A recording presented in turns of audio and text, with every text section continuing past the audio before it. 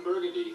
Here's what's going on in your world tonight. Will Ferrell's Ron Burgundy is not the first to parody the local TV news teams of the 1970s and 80s. Dan, there's an old saying. Behind every successful man, there's a woman. A loving, giving, caring woman. But you wouldn't know about that, Dan, because there's no old saying about what's behind a miserable failure.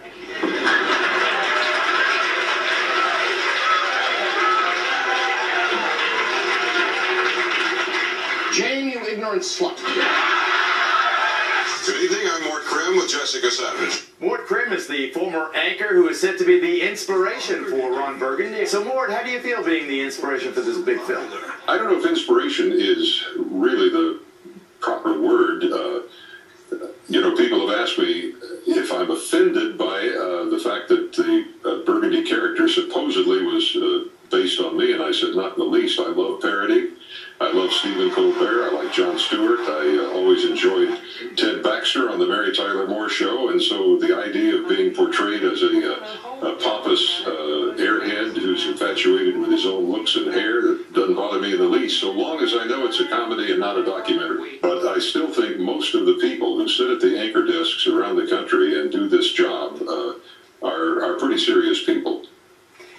Definitely, Mort, but it's not just the happy talk, it's the promotion. It's more almost the promotion more than the actuality. I remember filming all these commercials with my Eyewitness News team. My good friend, I'd like you to meet my good friend. Melba, Roger, Tex, Frank, Bill, and Jim. And we did have an era of the blow-dried look, didn't we, Mort? Well, we did. I'm just sorry that I don't have enough hair to blow dry it.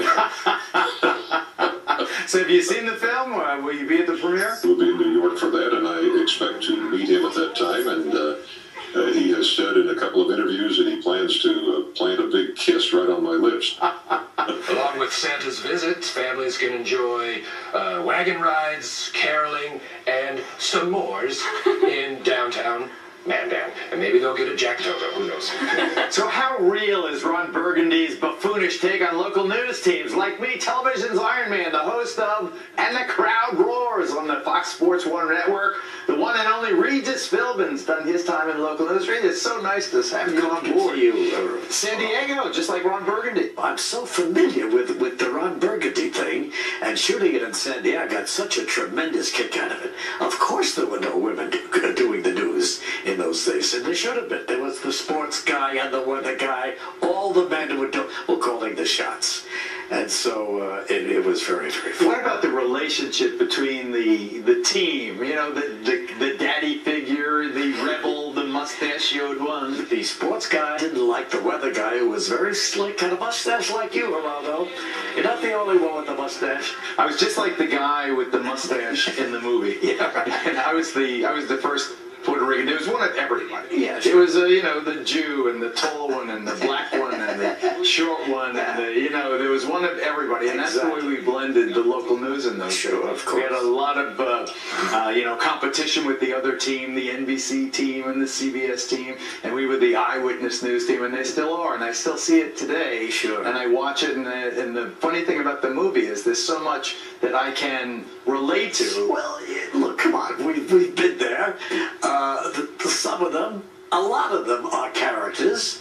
Some of them get carried away with the fact that they are running the local news in this city. I can appreciate that. I guess it goes to your head. It is a big job. So, but I got a big kick out of that. I thought they handled it pretty well. But of course it is, the extreme of what we know. Caricature, yeah. But I loved the movie. And I can't wait to see the next one. I'm Ron Burgundy. You stay classy, San Diego.